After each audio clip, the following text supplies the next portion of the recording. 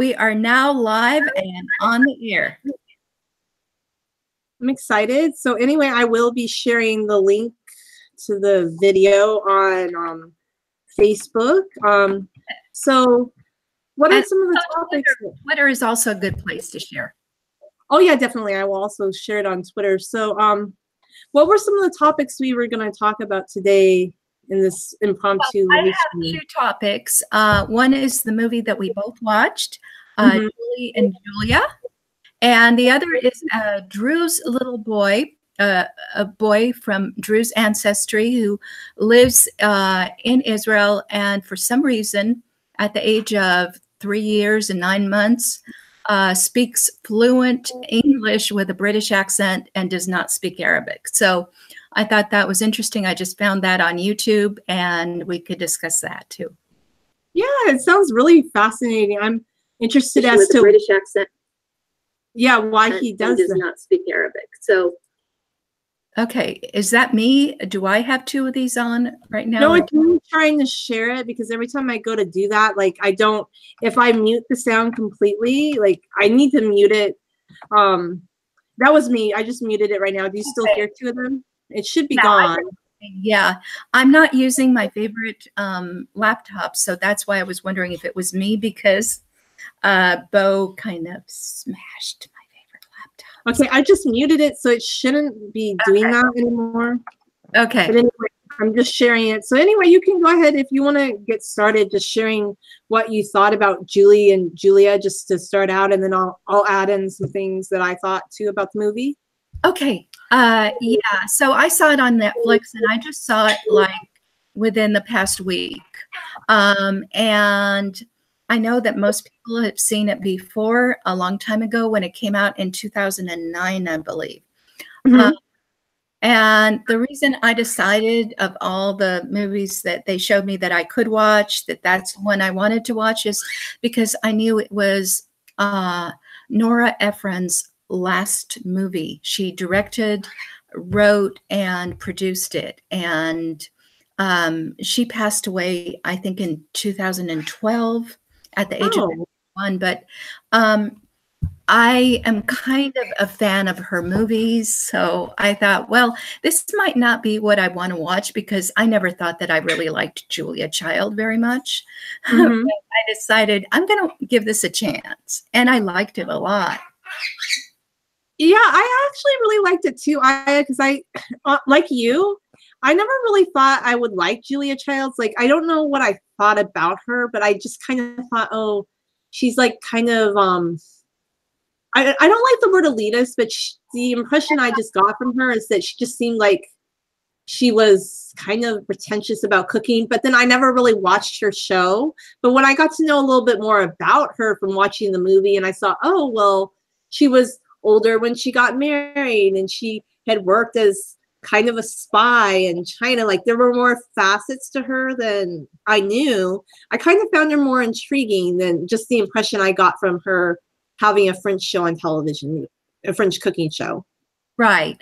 Yeah. I used to, I accidentally would tune into her show, and then I would always turn it off immediately when I was younger, even when I was a child, I think, because I didn't like her voice. You know, that's going to really weird, but I felt that her voice was grating, and it was really high pitched, and you know, so I didn't like her voice. I thought Meryl Streep did a great job, by the way, of portraying her. Now, I think Meryl Streep is a character actress, and the way she actually goes about it is she caricatures every person that she portrays, every real person anyway, a little bit, but not too much. It's not too much of a caricature. And so she does a really good job of their mannerisms, their voice. She changes her voice and she changes her accent to the role. And I thought she did a really great job. But she also helped me, you know, to identify with Julia Child, which I never had before, you know. But then, you know, she made her seem like an approachable person, a person that you would like to talk to, you know? Yeah. Which surprised me. I feel like maybe I had this misconception about French cooking. And it's not that I love food, but just I took a French class when I was a freshman in high school, and I had a really bad experience with this lady, and she would always talk about French cooking, and just the way that she presented it was kind of, it grated me a bit. That's all. Yeah, well, yes. The thing is that if you look at, yeah, if you could make that a little bit more, because I'm hearing myself. Oh, really? Because I have it muted in the background, actually. I don't know.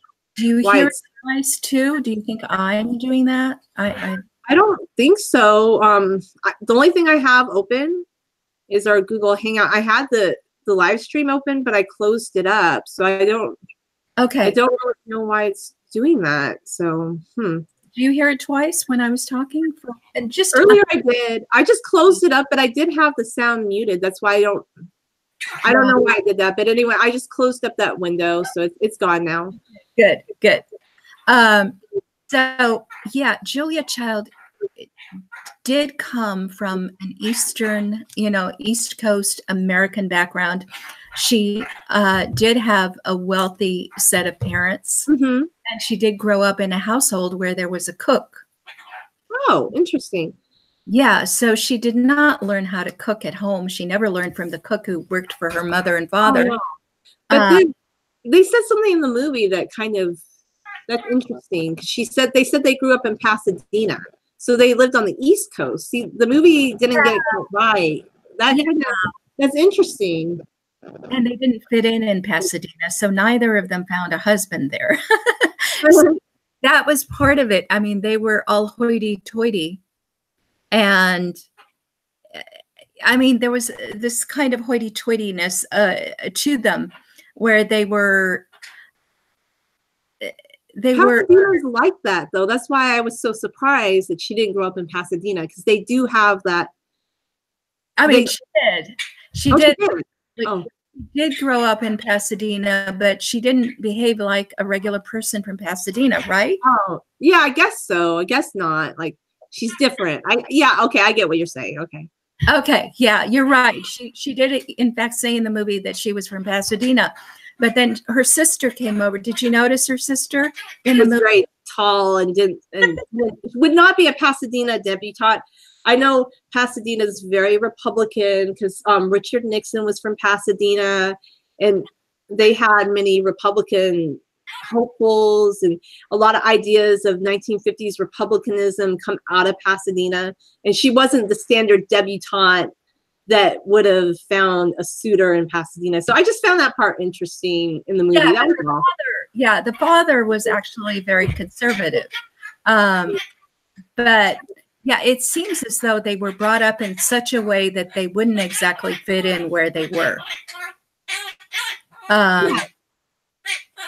And so how old was her sister when she finally got married, when she introduced her to somebody in Paris? I didn't know the exact age, but I got the impression since Julia was over 40, the sister was maybe around the same age. That was the impression I got. And the fact that she got pregnant and it seemed like unexpected, like I got that impression that they were both similar in age. Right. And I also got the impression that maybe Julia was sad that she didn't have a baby too.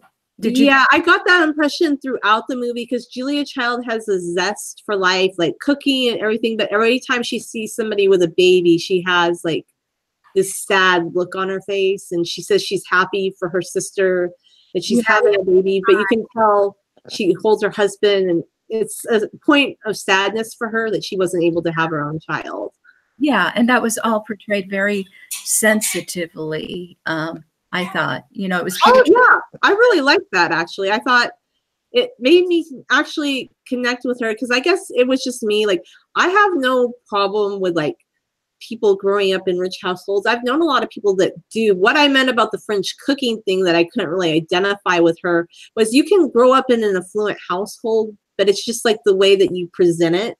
Because my French teacher was always like, oh, French cooking is so hard to master and only certain people can do it.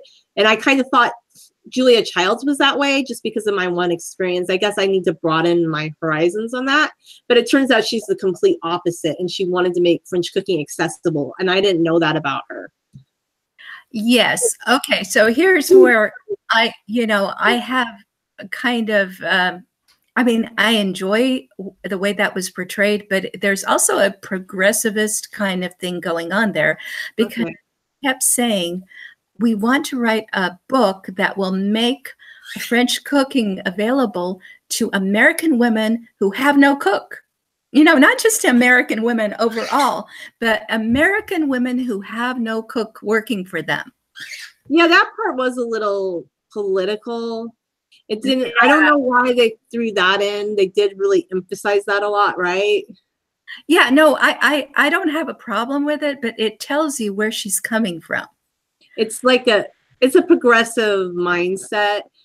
And I didn't agree with all the kind of pro-Democrat things that they were portraying in the movie. Like, there were certain things that kind of like, I thought, no, that's not true. Like, people can be giving and thoughtful despite their political party. And a lot of Democrats nowadays are kind of judgmental.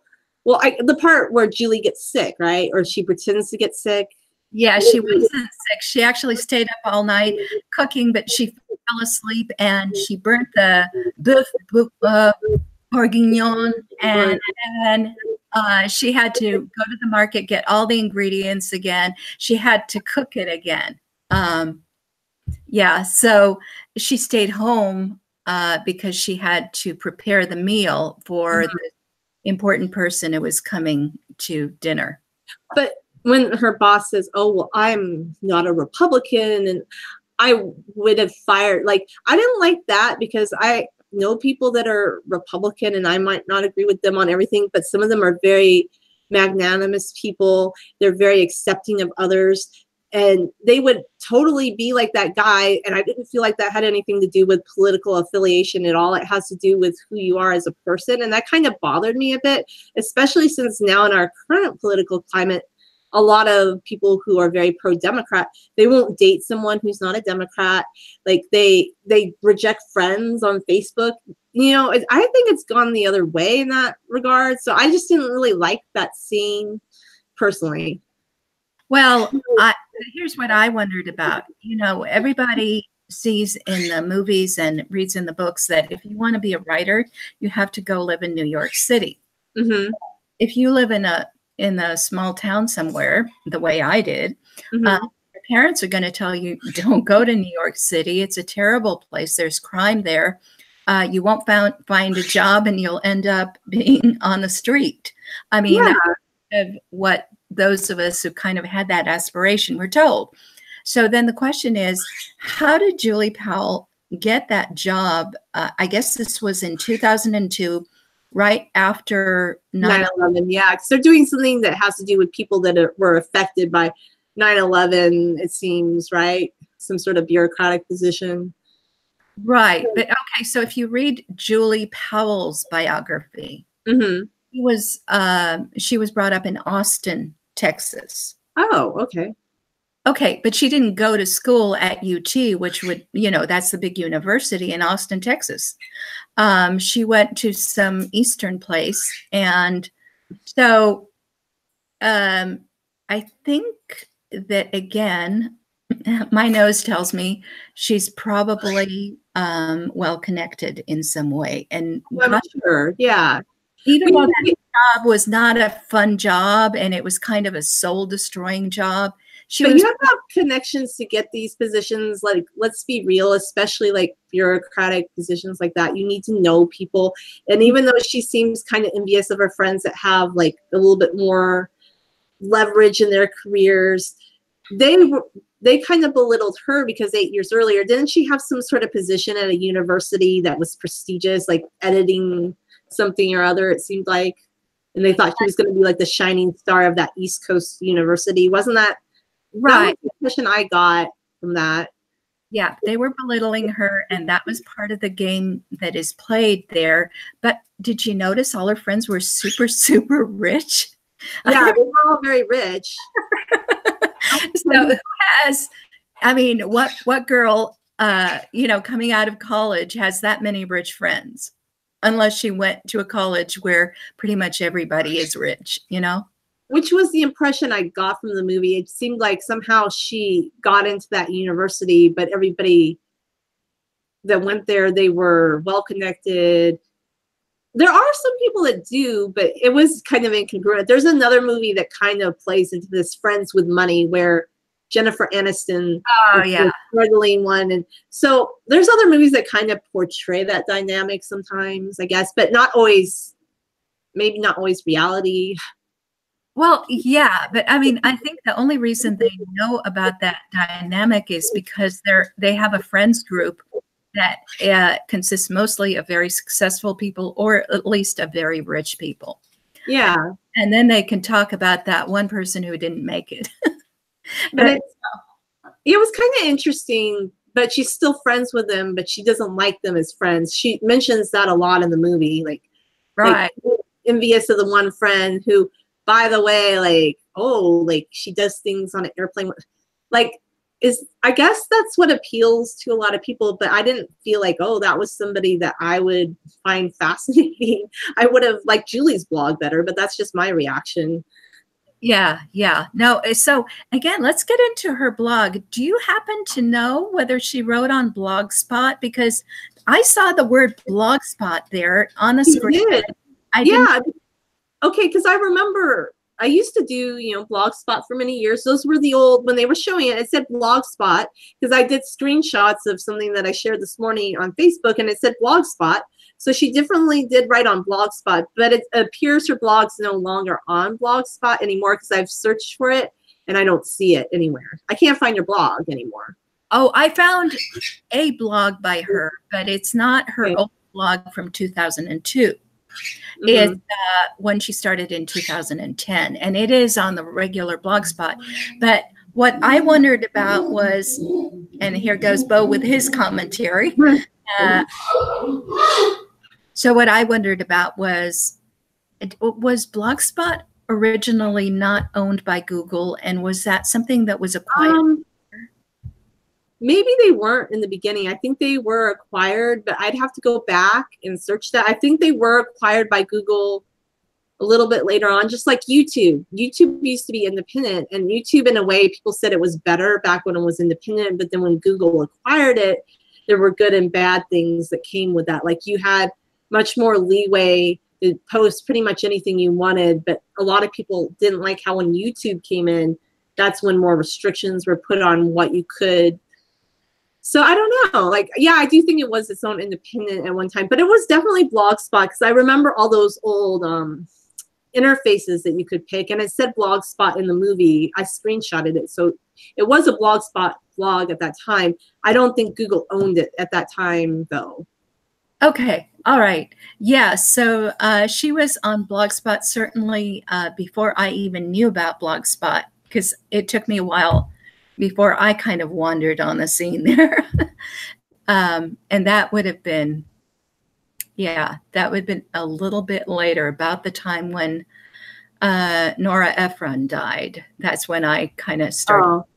I'll tell you, when I first got on Blogspot, it was in December of 2007, because that's when I first started becoming serious about hub pages, and I was reading the forum, and they told me at the time that you wanted to have a Blogspot blog so you could kind of promote your hubs, because at that time that was a good way to get more traffic. So I did have a Blogspot blog, like starting in 2008, because I was using it to generate traffic to hub pages, and then later I had like a blog just about walking, but I gravitated away from Blogspot because I just want to post things on my own domain now. Yeah. Well, I have two Blogspot blogs. One of them is Notes from the Pens. The other is Theodosia and the Pirates. And they're both very good. Thank you. And I do have some sites of my own, which include Historia Obscura and Pub Wages. Yeah. So, yeah, and you have a lot of followers and people that comment on your Blogspot blogs. I think one reason I actually navigated away from them was because I get more traffic and slightly more comments from my own domains. I never felt like I got a lot of traffic, like except for people coming to visit my hubs. I didn't have a blogspot blog that was really pulling people in. So that's why I abandoned even trying to blog on that format. Right. Well, I mean, the reason I went to Hub Pages is in order to get the views. I didn't know about blogging. Some people later said to me, that's not a respectable place to be writing. That's a content farm. You should get your own blogs. So I started the Blogspot blogs, first one, Notes from the Pens. And then I did open some sites of my own, including PubWages, which I hoped would be a content farm that I owned. Yeah, and it still can be. I think you get traffic, and there's people that comment on things there still. Right. But I wasn't there on the groundswell of Blogspot, and I wasn't blogging. But here's the thing that makes me think, when I'm sitting in my room at night and I'm watching Julie and Julia, and I find out that Julie got her cookbook published as a result of the traffic that she got to her Blogspot blog. That just blows my mind, Yeah, it is very, and it was. They also said in the movie it was the #3 blog on Salon. So it sounds like at that time period, Salon was picking up blogs. Was that true? I didn't understand that. I'll tell you the truth. I didn't quite get that. It was either that they had a list of their favorite blogs on Salon.com and you could link to that blog. I mean, that they linked to their favorites, or it was actually on Salon.com, in which case maybe that's who owned Blogspot to begin with. I don't know. That's what I'm wondering. Well, I wanted to know for certain. So I'm looking up some things about blogspot.com, and there is an article about it, like that goes into depth. And so Google did acquire it later on. That's definitely the case, but I don't see anything about Salon. I think Salon had a list. Okay. That's the impression I get. I could be wrong. I'll have to go back and do some research on that to find out for certain. Okay, that sounds reasonable. So I'll go with that for the time being. So again, going back to Meryl Streep's portrayal of Julia Child, the things that I liked about it that I never liked when I was a child and watching Julia on TV and didn't stay tuned is I actually felt sympathy for her because she was so awkward. I mean, there was a kind of awkwardness to her. She made big motions with her hands. She had mannerisms that were not, mainstream. Definitely not at all. Maybe slightly androgynous, I guess you could say, because they're tall and they're bigger and they're making like more masculine kind of like, whereas that's why she didn't fit in, like her dad wanted to be like a debutante. That was the impression she's very unique, but I like that about her. Yeah, no, I like that a lot. I can identify with it a lot more now. And I don't think it's really about how tall she is. I mean, I know they made a big deal of that, and she was 6'2". So that's really interesting. Okay, so they just like, I'm just going off what the movie said, so that's interesting. Okay. Yeah, so she was a tall woman, but so what? But the thing is, she also behaved as if she were unaware of, the little social faux pas that she made. You know what I'm saying? Oh, so definitely. Yeah, for sure. And she may have been Asperger's. I wonder. Perhaps. What I was wondering, I'm glad I'm not the only person who thought that, because now I'm very attuned to that, and I'm much more, I think, sympathetic to anybody that I think that might be what's going on with them. Yeah, definitely. So yeah, she was very bright. There's no question about that. Oh, actually, Asperger's people can be very bright, very intelligent. Yes, they're not as aware of socially what is happening. That's all. Yeah, and it seemed as though that was happening, but I felt really good for her that she had such a great relationship with her husband. Yeah, I thought so too. Like, that was a really dynamic, strong relationship. And I loved how they said they were having dinner as friends in China, and they were just friends, but then he realized it was Julia. That was just like, Yeah, yeah. that was so nice. That was so nice. So yeah, I enjoyed that part of the movie. And also it looked like Julie also had a good relationship with her husband, at least in the movie. Yeah. In the movie, I feel like she did. Now, I don't know about real life. I've heard conflicting things, but I'm just going to go with the movie. The movie seemed really great. Like, I liked the movie, like how it made me feel like, oh, he's supportive of her. And even though they did have their little arguments in the end, like he was rooting for her and he wanted her blog to do well. And he said, it doesn't matter if you ever meet the actual Julia Childs, you know her in spirit. I loved how he supported her that way. Yeah.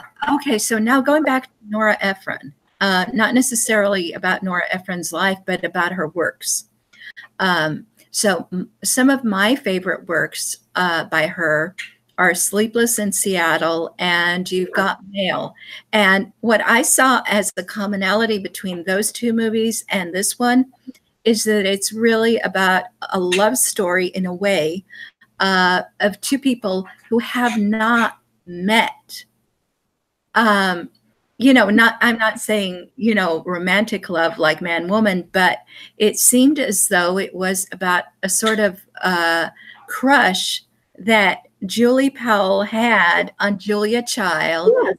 She admired her and wanted to be like her. And of course she wasn't anything like her, but that's okay. You know, there's nothing wrong. Yeah, you don't have to be like the person you admire, but at the end, she leaves the butter for her and is like, I love you, Julia. And even if that didn't happen, I just like the idea that she decided, well, I love the essence of Julia, even if we never meet and I'm not like her. Like she's somebody that inspires me to do things for myself. You know, I like that.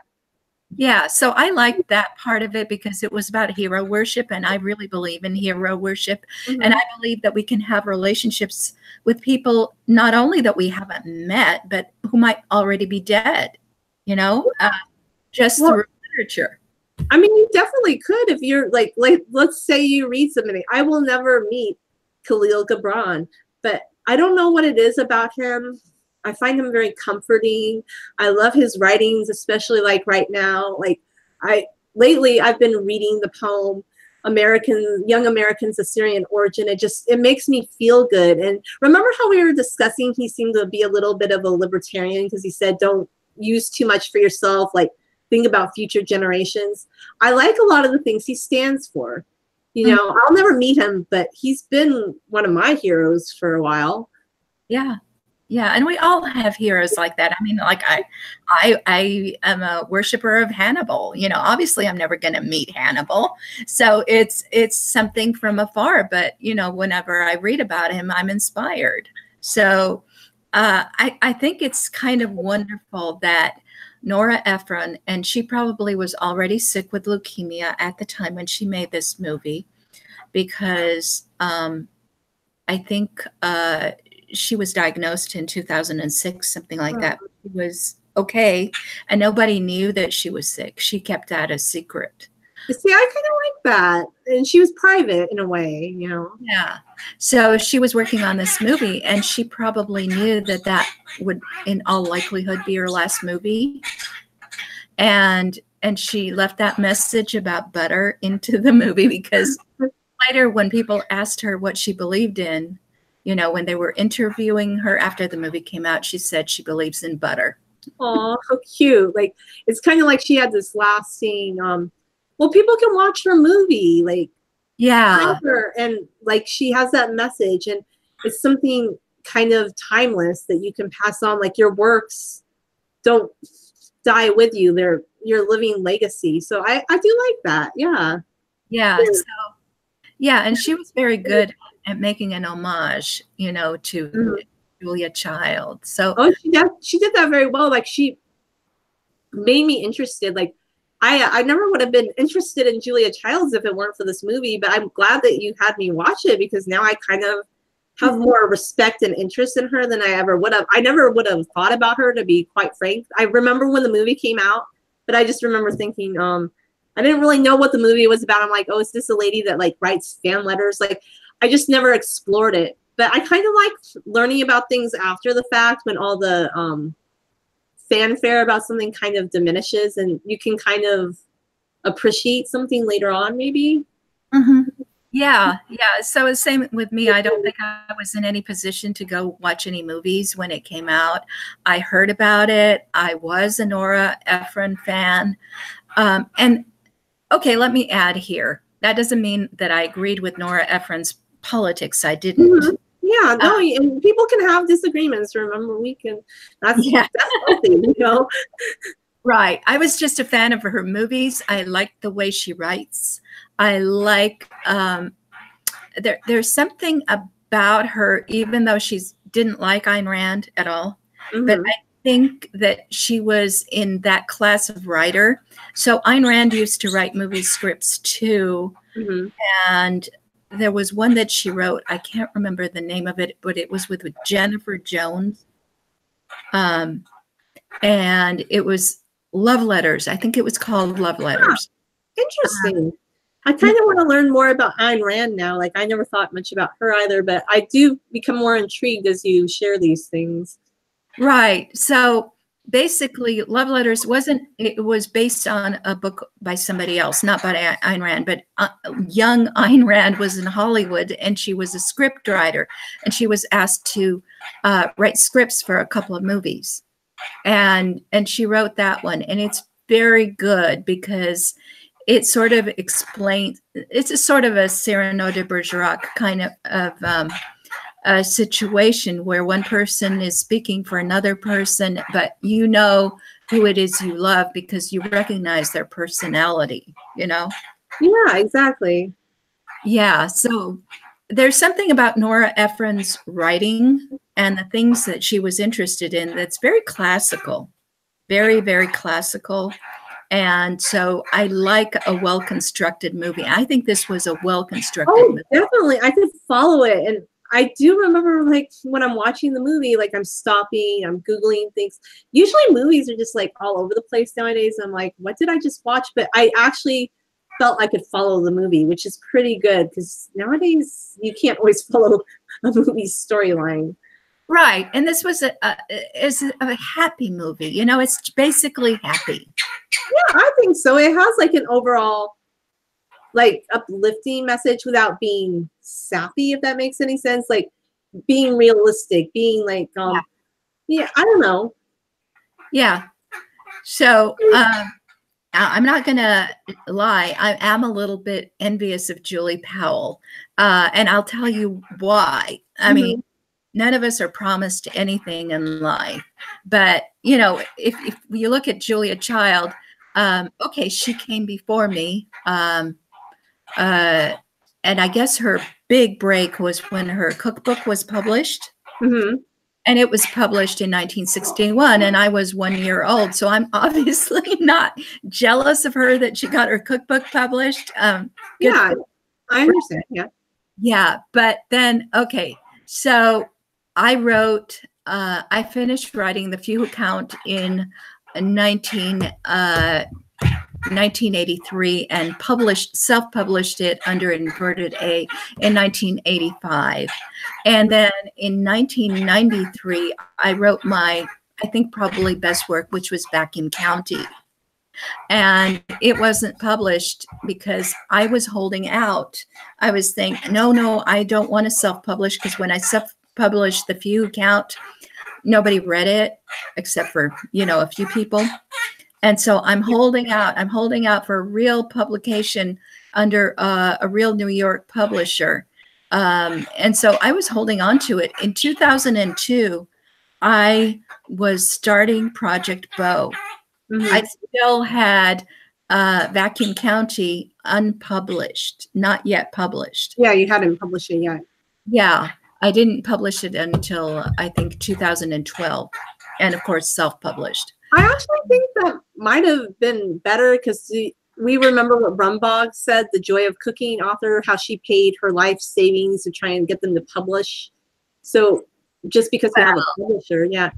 Yeah, but that was a vanity press. Of course, you don't want to ever go for a vanity. No, yeah, so it doesn't sound like. Yeah, but you see, I mean, they show sort of the pain of not getting published that Julia Child went through. So Houghton Mifflin turned her down, and then Alfred Knopf published her.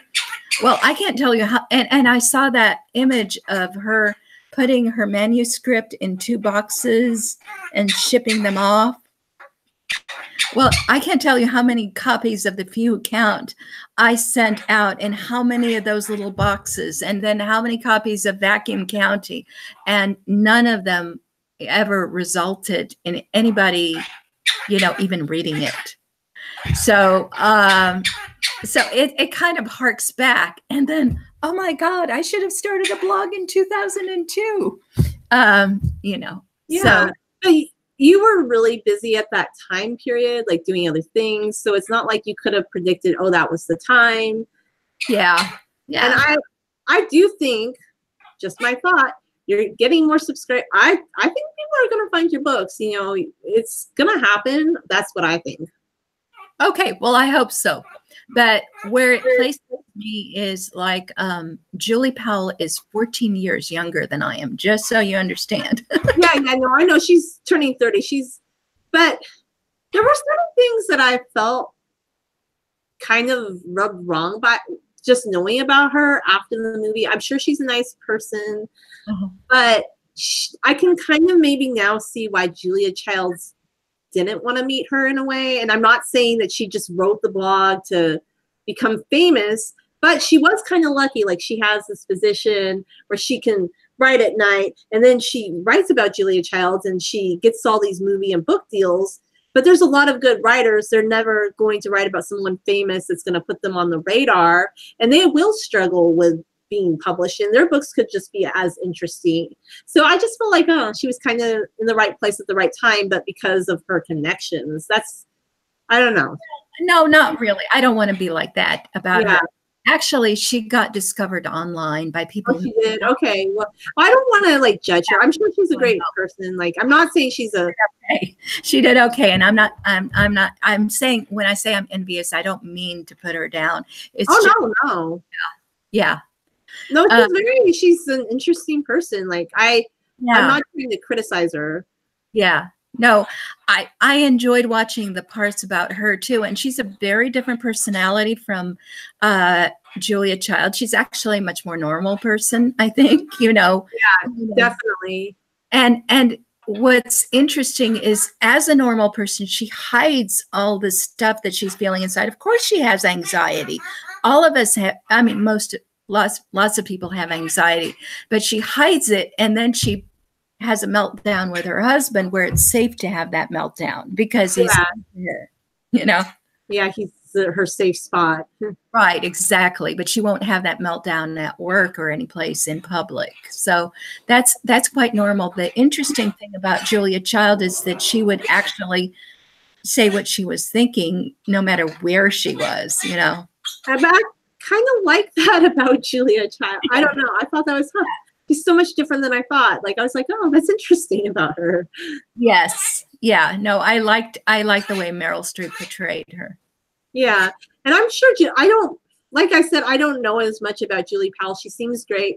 I just felt like, well, she was kind of in the right place at the right time. So, but that's good for her, you know. I'm not trying to criticize her or anything. Yeah. We can always hope that happens for us later on down the line. Yeah, definitely. I think so. I mean, good for her, you know. I mean, and her blog seems really interesting. It's too bad the original one's not around for us to read anymore.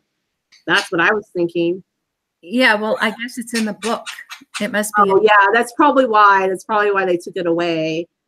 Right. So if ever Notes from the Pens becomes a book, I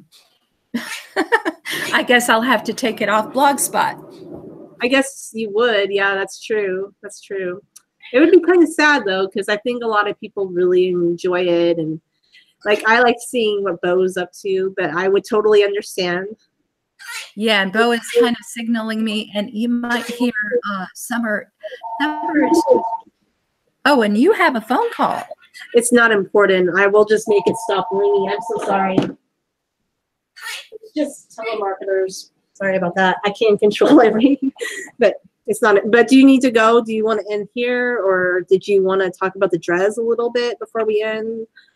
I did want to, but let me know if you can't. And oh no, I can. I can talk right now. I wanted to keep going, but it's up to you. Like whatever you guys have planned with Bo. Okay, just hold on a moment. I need to tell Bo something. Okay, go ahead. Back.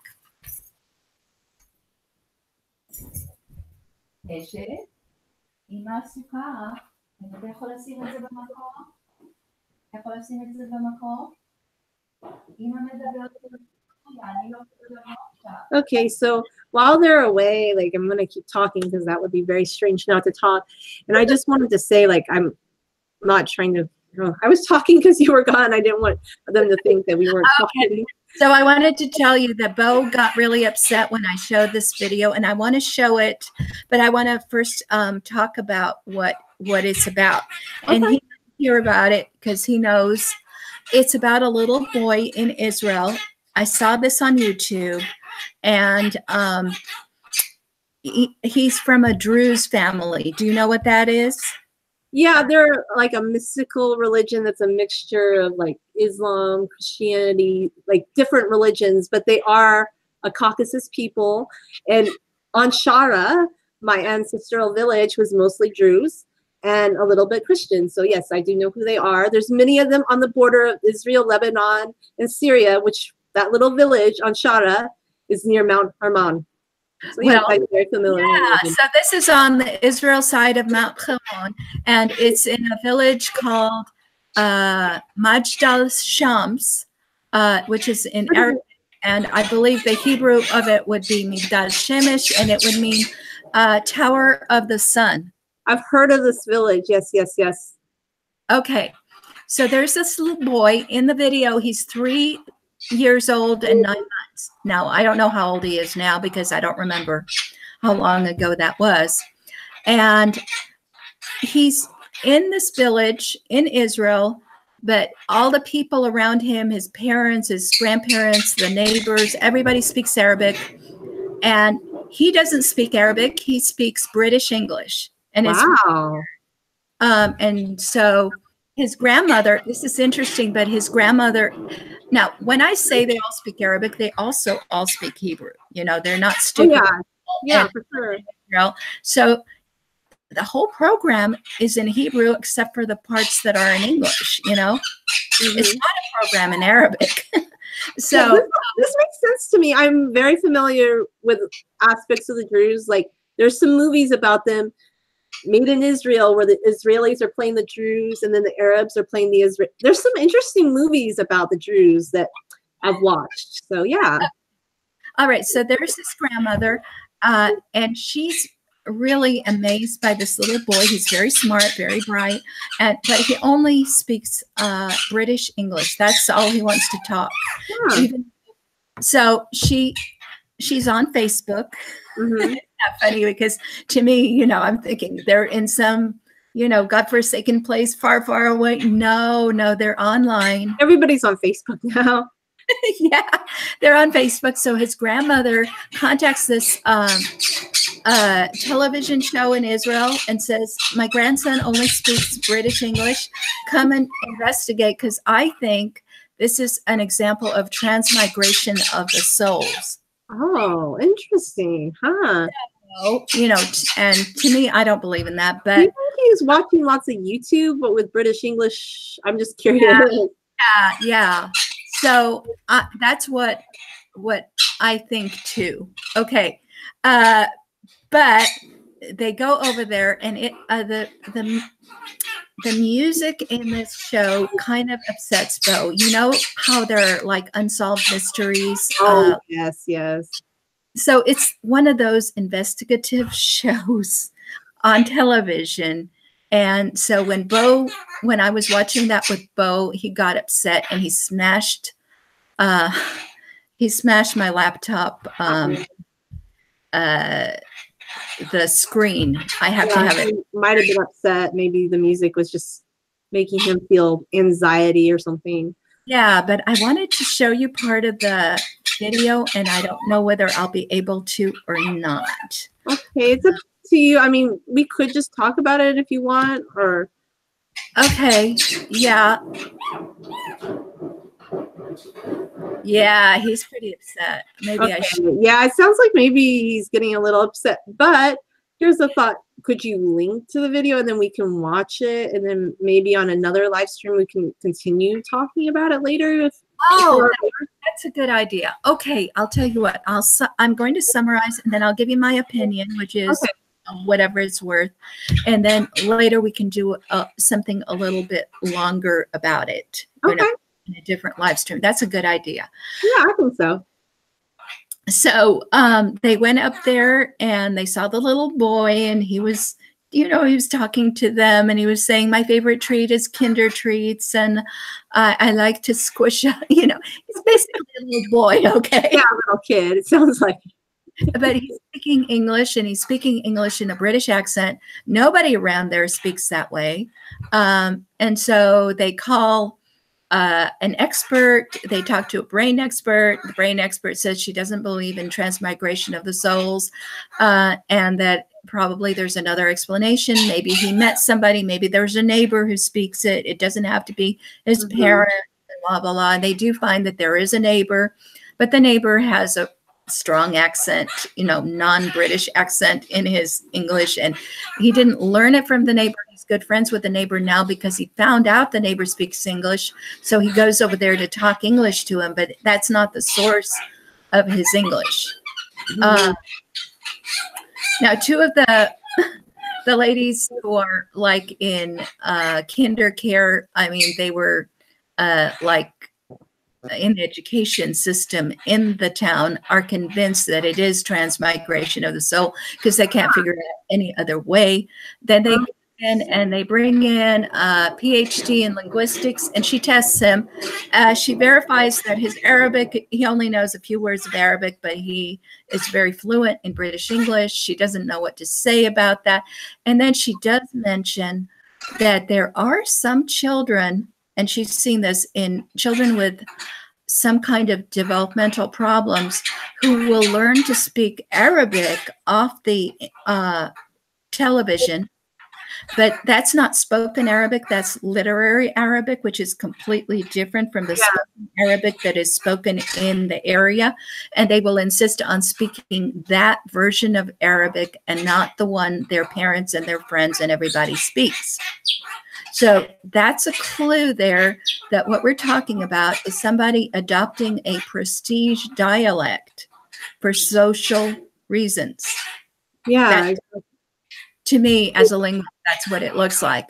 And so it's quite possible that this little boy who lives in a country where everybody who's anybody speaks Hebrew, but he's told he's supposed to speak Arabic, and he wasn't even tested for Hebrew. Wasn't even tested for it because they were testing Arabic and English. Maybe he picked up on the fact that British English is a very high prestige language. I think he did, yeah. And he wanted to be high prestige, and there's nothing wrong with that. No, there's nothing wrong with that at all. On top of which, guess what his name is? What's his name? O'Neill. Oh, okay. Interesting. That's not an Arabic name. No, it sounds like, how do I put it this way? Name. Do you know who he was named after? Probably a British actor, maybe. Shaquille O'Neal. Oh, my goodness. Okay. That's funny. Okay. Yeah. So maybe we'll talk about it another time. Yeah, I think I kind of have a theory. I think young people, they go online. If they're intelligent, they have some way of like being able to pick up language quickly. Maybe he just watches a lot of British language content. That's just my opinion, but we'll talk about it another time. Okay. All right. Yeah, I think we better sign off for Bo's sake. Okay. And possibly you have a phone call to take too. So it was great talking to you. Yeah, it was great talking to you. Have a nice day, Aya. Okay. You too, Julia. Okay, bye.